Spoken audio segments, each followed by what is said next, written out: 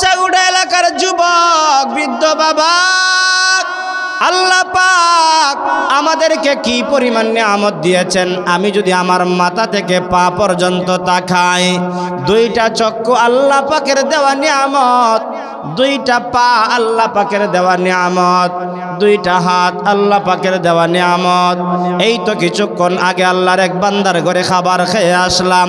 ওই আল্লাহর বান্দা বলল, আমার এমন একটা অবস্থা হয়ে গেল, হঠাৎ করে দেখতে পাইলাম আমার একটা হাত নড়াচড়া করে না, একটা পা নড়াচড়া করে না, একটা দিক আমার বেবস হয়ে গেল। কিছুদিন পরে আমি যখন হসপিটালে গেলাম, হসপিটালে যাওয়ার পরে আবার আমি পরিপূর্ণ সুস্থ হয়ে গেলাম। ওই সাগুটা এলাকার যুবক বৃদ্ধ বাবা, যে হাত নাড়ায় কথা বলতেছ, পা দিয়ে হেঁটে হেঁটে আসতেছ, ওই পাটা যখন বন্ধ হয়ে যাবে, হাত নাড়াবার যখন শক্তি থাকবে না, দুনিয়ার কোনো মানুষ নাই এই হাতটা সুস্থ করে দেওয়ার মতো। এই হাত নামক নিয়ামত, পা নামক নিয়ামত দিয়েছেন যিনি, তিনি কে? আরো জোরে আওয়াজ দিয়া বলেন কে? এজন্যই তো কবি বলেছেন, দুনিয়াতে নিয়ামত পাইছ, নিয়ামতের শুকরিয়া আদায় কর, আল্লাহ পাক নিয়ামতকে বাড়াইয়া দিবে। বেমার পড়ছ, অসুস্থ পড়ছ, আল্লাহর উপরে তুমি শুকরিয়া আদায় করো, আল্লাহর উপরে তুমি কৃতজ্ঞ হও, আল্লাহর উপরে তুমি সন্তুষ্ট থাকো। হতে পারে আল্লাহ বেমার দিয়েছেন, তিনিও আবার সুস্থতা দিতে পারেন, ঠিক কিনা? এজন্য রে মুমিন, আল্লাহ পাক আমাদেরকে হাজারো হাজারো নিয়ামত দিয়েছেন। এর মধ্যে রাত্র একটা নিয়ামত, দিন একটা নিয়ামত। এই রাত্র যদি আর না পোহায়, দিন যদি না আসে, দুনিয়ার কোনো ক্ষমতাওয়ালা, দুনিয়ার কোনো টাকাওয়ালা এই রাত্র থেকে দিন বের করার কারো কোনো শক্তি নাই। বলুন তো দেখি, রাত্র থেকে দিনকে বের করার শক্তি একমাত্র কার? আরো জোরে আওয়াজ দিয়া বলেন কার? আচ্ছা মানুষ বলো দেখি, রাত্রি কেন কালো? চাঁদ সূর্য কোথা হতে পেল এত আলো? পশু পাখি কয় না কথা, মানুষ কেন কয়? বলো বলো এসব মানুষ কেমন করে হয়? বলো বলো এসব মানুষ কেমন করে হয়? দুধ কেন হয় সাদা, মরিচ কেন ঝাল? আমগুলো সব পাকলে পরে কেমনে হয় তালাল? আমরা সবাই বাস করি ভাই এ দুনিয়ার রঙে, হাতের রেখা আর চেহারা মিলে না কারো সঙ্গে, আর মিলে না কথার ধরন আঙ্গুলের টিপ। আল্লাহ তাআলা একজন আছেন, প্রমাণ হলো ঠিক। জুড়ে বলুন ঠিক না বেঠিক? ও মুসলমান, এতগুলোর পরিবর্তন ঘটাইছেন কে? আরো জোরে আওয়াজ দিয়া বলেন কে? ওই আল্লাহ আমাদেরকে মুসলমান বানাইছেন, ওই আল্লাহ আমাদেরকে শেষ নবীর উম্মত বানাইছেন। শ্রেষ্ঠ নবীর উম্মত বানাইয়া আল্লাহ আমাদেরকে দুনিয়াতে পাঠাইছেন। আল্লাহ পাক রব্বুল আলামিন দুনিয়াতে আমাদেরকে কেন পাঠাইছেন? ঘরওয়ালা ঘর বানায়, ঘর বানানোর পিছনে একটা কারণ আছে। চাকরিওয়ালা চাকরি করে, চাকরির পিছনে একটা কারণ আছে। আপনারা যেই মাহফিলের মধ্যে বসেছেন, মাহফিলের উপরে একটা পেন্ডাল আছে, পেন্ডাল বানানোর পিছনেও একটা কারণ আছে। আপনারা যারা এখানের মধ্যে বসেছেন, আপনাদেরও বসার একটা কারণ আছে না নাই? আর একটু জোরে বলেন, আছে না নাই? ও মুসলমান, আল্লাহ পাক রব্বুল আলামিন আমাদেরকেও দুনিয়াতে পাঠাইছেন। আল্লাহ পাকের একটা কারণ আছে, আল্লাহ পাকের একটা উদ্দেশ্য আছে। আল্লাহর পয়গম্বর মুহাম্মদুর রাসূলুল্লাহ সাল্লাল্লাহু আলাইহি ওয়াসাল্লাম বলেন, ক্বালান নবী সাল্লাল্লাহু আলাইহি ওয়াসাল্লাম, আদ-দুনিয়া খুলিকাত লাকুম ওয়া আনতুম খুলিকতুম লিল আখিরাহ। আল্লাহর পয়গম্বর বলেন, দুনিয়াতে যা কিছু আছে সব কিছু আল্লাহ বানাইছেন আমাদের জন্য। আসমান আল্লাহ বানাইছেন আসমানের দ্বারা আমরা উপকার হাসিল করি, দিনের বেলায় সূর্যের আলো দেয়, আলো দ্বারা আমরা উপকৃত হয়, রাত্রের অন্ধকার হয়, অন্ধকারের দ্বারা আমরা উপকৃত হয়। এরকম ভাবে আল্লাহ পাক দুনিয়ার মধ্যে যা কিছু আছে সব কিছু আল্লাহ বানাইছেন আমাদের জন্য, আর আমাদেরকে একমাত্র বানাইছেন আল্লাহ পাকের জন্য। অতএব ঘরওয়ালা যেই কারণে ঘর বানাইছে সেই কারণ যদি তার হাসিল হয়, আল্লাহ পাক আমাদেরকে যেই কারণে বানাইছেন সেই কারণও আমাদেরকে হাসিল করা দরকার আছে না? না, বুঝেননি আমার কথা? আল্লাহ যে কারণে আমাদেরকে বানাইছেন এই কারণ আমাদেরকে হাসিল করা দরকার অবশ্যই আছে। কি কারণে আল্লাহ আমাদেরকে পাঠাইলেন? এক নাম্বার কারণ হলো আল্লাহ পাক রব্বুল আলামিন বলেন, ওয়ামা খালাকুতুল জিন্না ওয়াল ইনসা ইল্লা লিয়াবুদুন। আল্লাহ পাক বলেন, আমি আল্লাহ মানব জাতি আর জিন জাতিকে বানাইছি একমাত্র কেবলমাত্র আমি আল্লাহর জন্য, আমি আল্লাহর গোলামির জন্য, আমি আল্লাহ তাআলার দাসত্বের জন্য। এই কথার দ্বারা প্রমাণ হয় আল্লাহ পাক বানাইছেন আমাদেরকে আল্লাহর গোলামি করার জন্য। আজকে কি আমরা সবাই আল্লাহর গোলামি করিনি? কিন্তু আল্লাহ কি তো আমরা খানি বন্ধ রাখছেননি? আল্লাহ পাক রব্বুল আলামিন আমাদেরকে যেই কারণে বানাইছেন কিন্তু সেই কারণ আমরা হাসিল করলাম না, সেই কাজটা আমরা করলাম না, তবু আল্লাহ পাক আমাদের জন্য একবেলা খাবার বন্ধ করেন নাই, আল্লাহ আমার জন্য আলো বন্ধ করেন নাই, আল্লাহ আমার জন্য সূর্য বন্ধ করেন নাই, আল্লাহ পাক আমার জন্য বাতাস বন্ধ করেন নাই। যদি একটা মিনিটের জন্য বাতাস বন্ধ করে দেয় তাহলে আমাদেরকে বেঁচে থাকা সম্ভব? আর একটু জোরে কয়।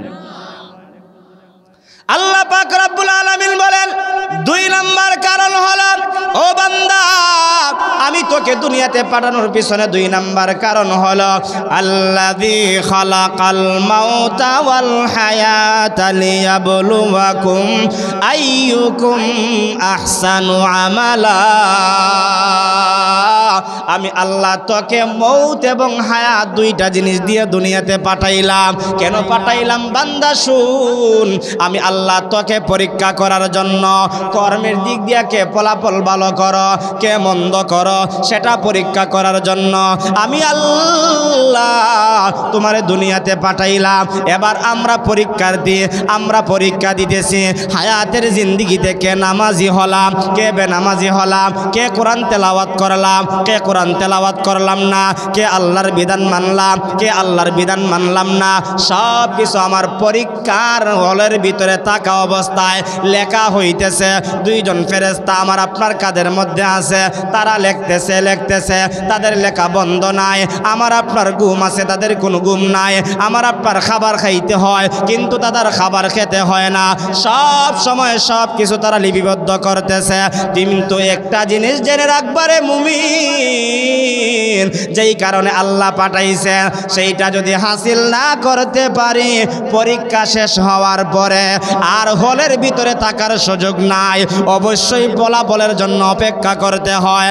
আমি আপনিও যখন হায়াতের জিন্দিগি শেষ হয়ে যাবে, আল্লাহর দরবারে যখন যেতে হবে, যখন সময় দেখব আমলনামার মধ্যে কোনো নেকি নাই, তখন আফসোস ছাড়া আর কিছুই থাকবে না। জুড়ে বলুন ঠিক কিনা? অতএব আমরা পরীক্ষার্থী হইলাম, পরীক্ষা দেওয়ার জন্য দুনিয়াতে আসলাম, কিন্তু পরীক্ষা দিতেছি নামাজ পইরা না নামাজ সাইরা? নামাজ সাইরা। বাস্তব কথা যেটা এটা কোন, নামাজ পইরা না নামাজ সাইরা? নামাজ সাইরা। যে পরিমাণ মানুষ আমরা এই মুহূর্তে মজলিসে বসা আছি, এই পরিমাণ মানুষও যদি 5 ওয়াক্ত নামাজে আইতো তারপরেও মসজিদের ইমাম সাহেব খুশি হইতো। কিন্তু এর চাইতে বেশি মানুষ ইচ্ছাগুটা মধ্যপাড়া এলাকার মধ্যে বসবাস করে, কিন্তু তার ব্যবসা ঠিক আছে, চাকরি ঠিক আছে, কৃষি কাজ করা ঠিক আছে, তার ফল ফসলের পিছনে মেহনত করা ঠিক আছে, কিন্তু আল্লাহর ঘর মসজিদে যায় না, আল্লাহর গোলামি করে না। মনে হয় ইচ্ছাগুটা মধ্যপাড়ায় এমন মানুষ নাই।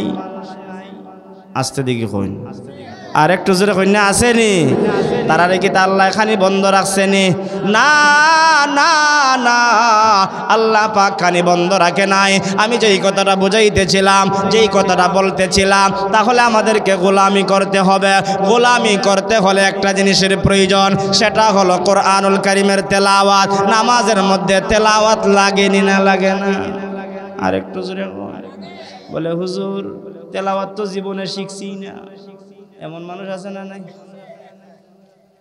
এজন্য আমার তেলাওয়াতকৃত সূরাতুল আনকাবুতের ৪৫ নম্বর আয়াতের শুরুতে আল্লাহ তাআলা তেলাওয়াত শিক্ষা দেওয়ার জন্য বলেছেন তেলাওয়াত করার কথা আল্লাহ বলেছেন আল্লাহ পাক রব্বুল আলামিন বলেন বান্দা ইবাদত করবা কিন্তু ইবাদত করতে গেলে তোমার কোরআন তেলাওয়াত লাগবে সূরা ফাতিহা লাগবে আলাম তারা সূরা লাগবে কুল হুয়াল্লাহ সূরা লাগবে তাব্বাত ইয়াদা সূরা লাগবে কিন্তু তুমি তো সূরা তেলাওয়াত করতেই পারো না কেমনে নামাজ পড়বা কেমনে ইবাদত করবা কেমনে আল্লাহর সঙ্গে কথা বলবা কেমনে আল্লাহকে খুশি করবা আল্লাহকে খুশি করার সিস্টেম পদ্ধতি জানা দরকার আছে না নাই আর একটু জোরে কই এইজন্য আমার আল্লাহ বলেন উতলু মা উহিয়া ইলাইকা মিনাল কিতাব অগণবীজি আপনার কাছে ওহির মাধ্যমে যেই কিতাব তথা কোরআনুল কারীম নাজিল করেছি সেই কিতাব আপনি তেলাওয়াত করেন আল্লাহ নাজিল করেছেন নবীর কাছে নবীকে বলেছেন তেলাওয়াত করার জন্য আল্লাহ যদি নবীকে বলতে পারেন তেলাওয়াত করার জন্য আমাদেরকেও তেলাওয়াত করা দরকার আছে না নাই আল্লাহ বলেছেন ডাইরেক্ট আপনি তেলাওয়াত করুন ইনডাইরেক্টলি আপনি আপনার উম্মতদেরকে তেলাওয়াত শিক্ষা দিন আমার আল্লাহ নবীকে তেলাওয়াত শিখাইছেন নবীজি সাহাবায়ে কেরামদেরকে শিখাইছেন সাহাবায়ে কেরাম তাবিঈনদেরকে শিখাইছেন তাবিঈনরা তবে তাবিঈনদেরকে শিখাইছেন আইম্মায়ে মুস্তাহিদিনদেরকে শিখাইছেন এরকম ভাবে আস্তে আস্তে ঈসাগুটা পর্যন্ত আসছে ঈসাগুটা মসজিদের মধ্যে এক দলে শিখায় আর এক দলে শিখে আছে না নাই আর একটু জোরে কোন আল্লাহর পয়গম্বর মুহাম্মদুর রাসূলুল্লাহ সাল্লাল্লাহু আলাইহি ওয়াসাল্লাম বলেন শিখনে ওয়ালারও সম্মান শিখানে ওয়ালারও সম্মান যে শিখে তারও মর্যাদা যে শিখায় তারও মর্যাদা এটা আমার কথা নয় আল্লাহর পয়গম্বর বলেন কালান নবিয়্যু সাল্লাল্লাহু আলাইহি ওয়াসাল্লাম খায়রুকুম মান তাআল্লামাল কুরআনা ওয়া আল্লামা আল্লাহর পয়গম্বর বলেন তোমাদের মধ্যে সর্বোত্তম ওই ব্যক্তি যে কোরআন মাজিদ শিক্ষা দেয় এবং শিক্ষা গ্রহণ করে শিক্ষা দেনেওয়ালা আল্লাহ শিক্ষা গ্রহণ করেনেওয়ালা মুহাম্মদুর রাসূলুল্লাহ সর্বপ্রথম যে কালেকশনটা হয়েছিল আল্লাহর পয়গম্বরের কাছে দীর্ঘ 23 বছরে আল্লাহ কোরআন নাজিল করেছেন নবীজির কাছে যখন কোরআনুল কারীমের আয়াত অথবা সূরা অথবা একাধিক আয়াত নাজিল হতো নবীজি বারবার তেলাওয়াত করতেন নবীজি বারবার পড়তেন আমাকে আল্লাহ একটা আয়াত শিখাইলেন আমি যদি একটা আয়াত ভুলে যাই অথবা একটা শব্দ ভুলে যাই আমার উম্মতের একটা আয়াত থেকে মাহরুম হয়ে যাবে আমার একটা উম্মত একটা আয়াত থেকে মাহরুম হয়ে যাবে বঞ্চিত হয়ে যাবে নবীজি বারবার পড়েন বারবার রিপিট করেন বারবার তেলাওয়াত করেন আমি একটা উদাহরণ দেই মনে করেন এই এলাকার মধ্যে মুফতি রশিদুর রহমান ফারুক পীর সাহেব হুজুর আসছেন আইসা এমন কিছু নসিহত করছেন আর জানায় দিয়েছেন শুধুমাত্র তুমি আমল করলে হবে না তোমার ফ্যামিলির মানুষকেও আমল করাইতে হবে তাদেরকেও শিখাইতে হবে এবার যে ব্যক্তি সুন্দরপুর বাজারও শুনছে শোনার পরে মনে মনে বারবার পরে আমি যদি ভুলে যাই আমার আহলিয়া তো সেই আমল থেকে মাহরুম হয়ে যাবে আমার স্ত্রী তো সেই আমল থেকে মাহরুম হয়ে যাবে বারবার পরে বারবার তেলাওয়াত করে তার একটা যেমন পেরেশান বাপ এরকম হয়নি না হয় না বুঝুন না আমার কথা আল্লাহর পয়গম্বরের কাছে আল্লাহ পাক আয়াত আয়াতে কারিমা অথবা একাধিক আয়াত অথবা এক এক সূরা আল্লাহ যখন নাজিল করেন, নবীজি বারবার তেলাওয়াত করেন। আমি যদি ভুলে যাই আমার উম্মত তো একটা আয়াত থেকে মাহরুম হয়ে যাবে। মনে করেন একটা সূরার দিকে তেলাওয়াত করি, 3 আয়াত বিশিষ্ট, ইন্না আতাইনাকাল কাউসার ফাসাল্লি লিরাব্বিকা ওয়ানহার ইন্না শানিআকা হুয়াল আবতার। এখানে মনে করেন একজন লোক শিখছেন, বাড়িতে গিয়া মাইজকারের আয়াতটা ভুলে গেছেন। এখন যদি গিয়া খালি 2 আয়াত বলেন, প্রথম আয়াত আর শেষ আয়াত, আপনার স্ত্রী কইব মনে হয় এখানে একটু সমস্যা আছে, কইবনি না? হইতো না।